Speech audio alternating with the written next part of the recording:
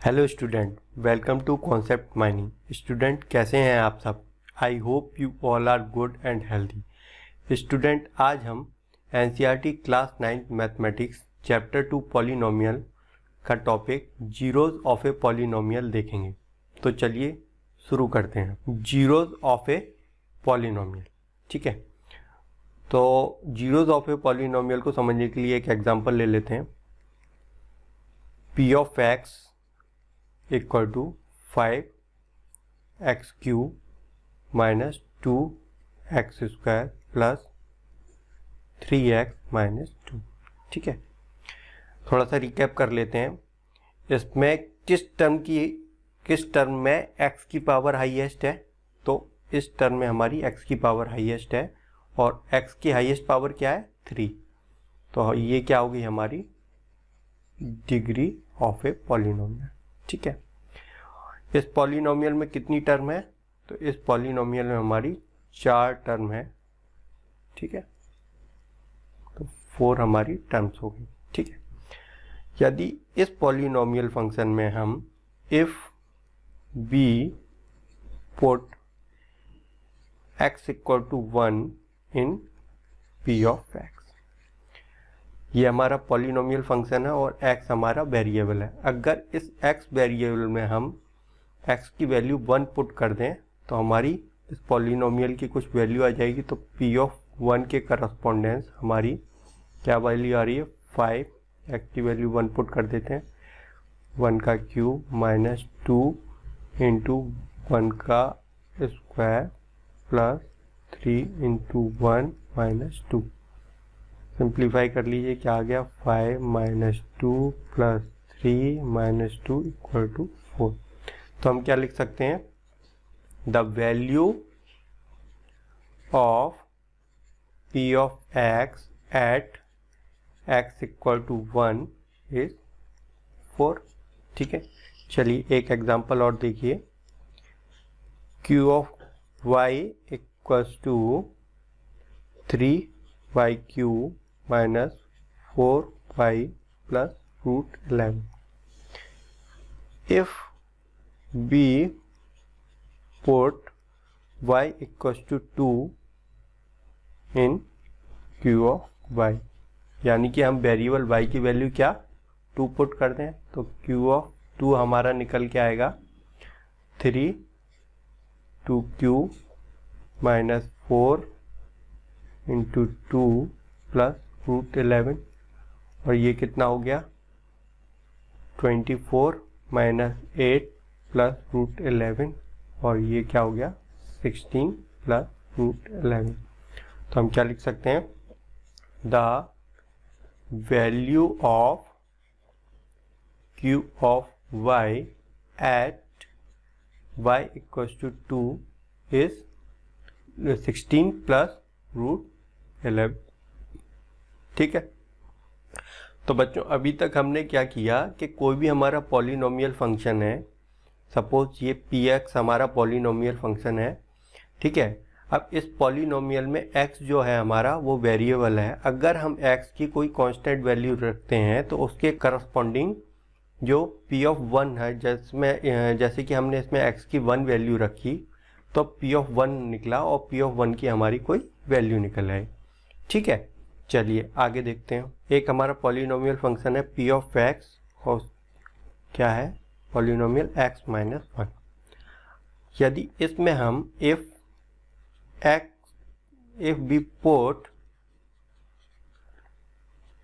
x equal to 1 in p of x, ठीक है, तो हमारा p ऑफ 1 निकल आएगा। p of 1 equal to x की जगह हमने 1 रखा, 1 माइनस 1 इक्वल टू 0, ठीक है। तो क्या लिख सकते हैं? The value of p of x at x equal to 1 is 0, ठीक है। तो बच्चों ध्यान से समझिएगा कि जो x इक्वल टू 1 है हमारा, ये क्या है? जीरो ऑफ ए पॉलिनोमियल है। Polynomial p of x to x minus 1। ठीक है, क्योंकि x की वैल्यू 1 पुट करने पे हमारा जो पॉलिनोमियल है वो इक्वल टू क्या आ रहा है, वैल्यू उसकी 0 आ जा रही है। ठीक है, तो x इक्वल टू 1 क्या हो गया हमारा, 0 of a polynomial x minus 1 हो गया। तो हम क्या लिख सकते हैं, as p of 1 equal to 0, तो we say that 1 is a 0 of the polynomial p of x। वही बात है जो मैंने कहा अभी। ठीक है, और स्टैंडर्डाइज फॉर्म में लिख देते हैं हम, 0 of a polynomial, 0 of a polynomial p of x is a number c such that p of c equal to 0। ठीक है, तो बच्चों अभी तक हमने 0 ऑफ ए पॉलिनोमियल क्या होता है ये तो समझ गया, लेकिन अब हम देखेंगे how we find 0 of a polynomial। ठीक है, how we find 0 of a polynomial। तो प्रीवियस एग्जांपल ले लेते हैं। प्रीवियस एग्जांपल क्या था, p of x equal to x minus 1।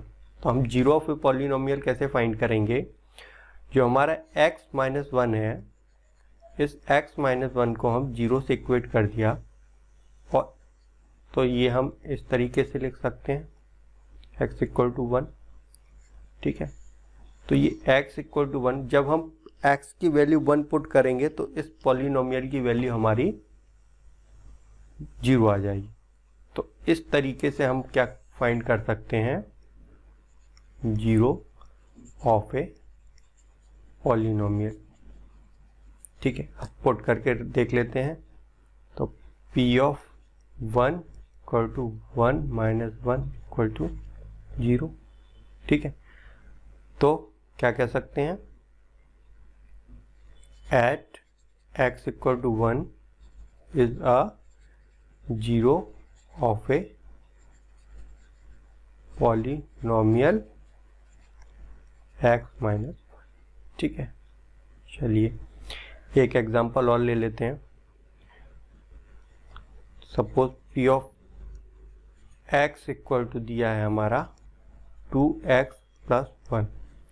तो इसका 0 ऑफ ए पॉलिनोमियल कैसे निकालेंगे, 2x प्लस 1 को हम 0 से इक्वेट कर दिया, और क्या लिख सकते हैं, 2x इक्वल टू माइनस 1, और x कैसे लिख सकते हैं, माइनस 1/2। तो ये हमारा क्या आ गया, ये आ गया हमारा 0 ऑफ ए पॉलिनोमियल, यानी कि x की value x equal to minus 1/2 को वैल्यू हम अगर इस पॉलिनोमियल फंक्शन 2x प्लस 1 में रखेंगे तो हमारी पॉलिनोमियल जो p ऑफ माइनस 1/2 है वो वैल्यू 0 आ जाएगी। ठीक है, चलिए रख के देख लेते हैं।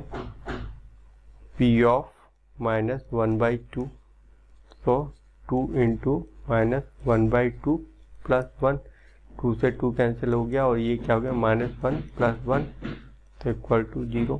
ठीक है, तो क्या लिख सकते हैं, at x equal to minus 1/2 is a 0 of a polynomial 2x plus. ठीक है, अब बच्चों एक चीज बहुत ध्यान से देखिए, ये एक एग्जांपल देखा, ये एग्जांपल किसका है, लीनियर पॉलिनोमियल का, क्योंकि इसमें इस पॉलिनोमियल की जो डिग्री है वो कितनी है हमारी, 1। ठीक है, ये भी देखिए, इसमें भी डिग्री कितनी है हमारी 1। ये एग्जांपल हो गया हमारा लीनियर पॉलिनोमियल। ठीक है, तो लीनियर पॉलिनोमियल में क्या कंक्लूजन निकला हमारा एक कि लीनियर पॉलिनोमियल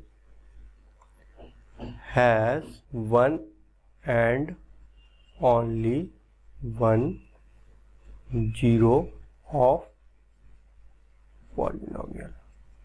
ठीक है, लीनियर पॉलिनोमियल के केस में हमारा खाली एक ही जीरो ऑफ पॉलिनोमियल आएगी, यानी कि कोई भी वेरिएबल जो भी है हमारा उसकी एक ही वैल्यू होगी जिसके लिए हमारी उस पॉलिनोमियल की वैल्यू 0 आ सकेगी। ठीक है, चलिए आगे देखते हैं। चलिए बच्चों, अभी तक हमने लीनियर पॉलिनोमियल की बात कर ली, अब हम देखते हैं कांस्टेंट पॉलिनोमियल। तो सपोज p ऑफ x है, इसको हम कांस्टेंट पॉलिनोमियल को कैसे लिखते हैं 5x⁴। तो क्या कांस्टेंट पॉलिनोमियल में भी हमारा जीरो ऑफ पॉलिनोमियल निकल सकता है क्या? ठीक है, क्योंकि अगर हम सिंपल उसमें कहें तो p of x equal to क्या हो जाएगा हमारा 5 हो जाएगा, क्योंकि x⁴ इक्वल टू क्या होता है 1 होता है। ठीक है, और 5 × 1 इक्वल टू 5 हो गया। ठीक है, तो इसमें हमारा कहीं भी x तो दिख ही नहीं रहा, तो क्या लिख सकते हैं it has no zero because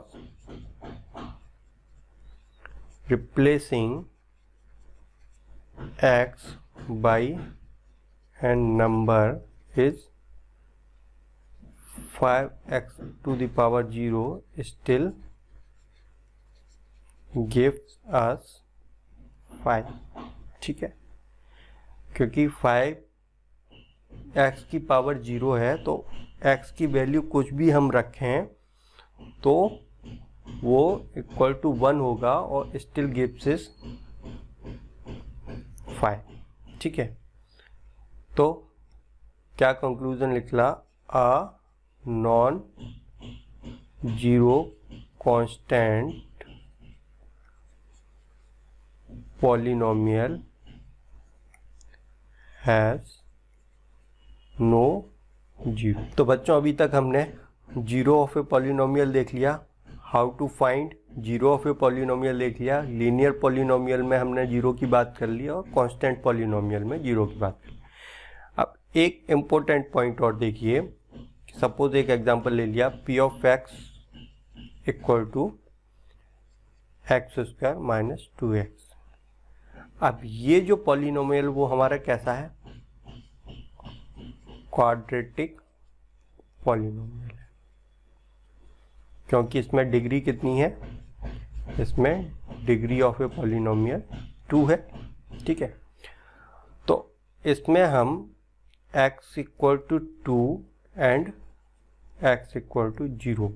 ठीक है, पे देखते हैं put x equal to 2 in p of x, तो क्या निकला p of 2 equal to 2⁴ minus 2 × 2, तो क्या आ गया 4 - 4 इक्वल टू 0। ठीक है, and put x equal to 0 in p of x, तो p ऑफ 0 क्या निकला हमारा 0 का टू माइनस 2 × 0, तो क्या निकला 0 - 0 इक्वल टू 0। तो हमने क्या देखा पहली बार कि क्वाड्रेटिक पॉलिनोमियल में जब हमने x की दो वैल्यू x इक्वल टू 2 और x इक्वल टू 0 पे हमने जब p ऑफ 2 और p ऑफ 0 निकाला तो दोनों में हमारा क्या आया जीरो ऑफ ए पॉलिनोमियल आया। तो हमारा क्या कंक्लूजन निकला a polynomial can have more than 1 zeros of a polynomial. ठीक है, और लीनियर पॉलिनोमियल के केस में देखा था हमने has one and only one zero of a polynomial. ठीक है, तो ज़रूरी नहीं है कि पॉलिनोमियल में खाली एक ही जीरो ऑफ पॉलिनोमियल है, हो सकता है more than one zero of polynomial हो। डिपेंड करता है कि पॉलिनोमियल हमारा किस टाइप का है। लीनियर है तो एक पॉलिनोमियल आएगा, अगर दूसरे टाइप के पॉलिनोमियल हैं तो हो सकता है more than one zero of a polynomial आए। ठीक है, क्लियर है बच्चों? तो इसी के साथ हमारा ये topic zero of a polynomial ख़त्म होता है। चैप्टर 2 का नेक्स्ट टॉपिक हम नेक्स्ट वीडियो में देखेंगे। Thank you.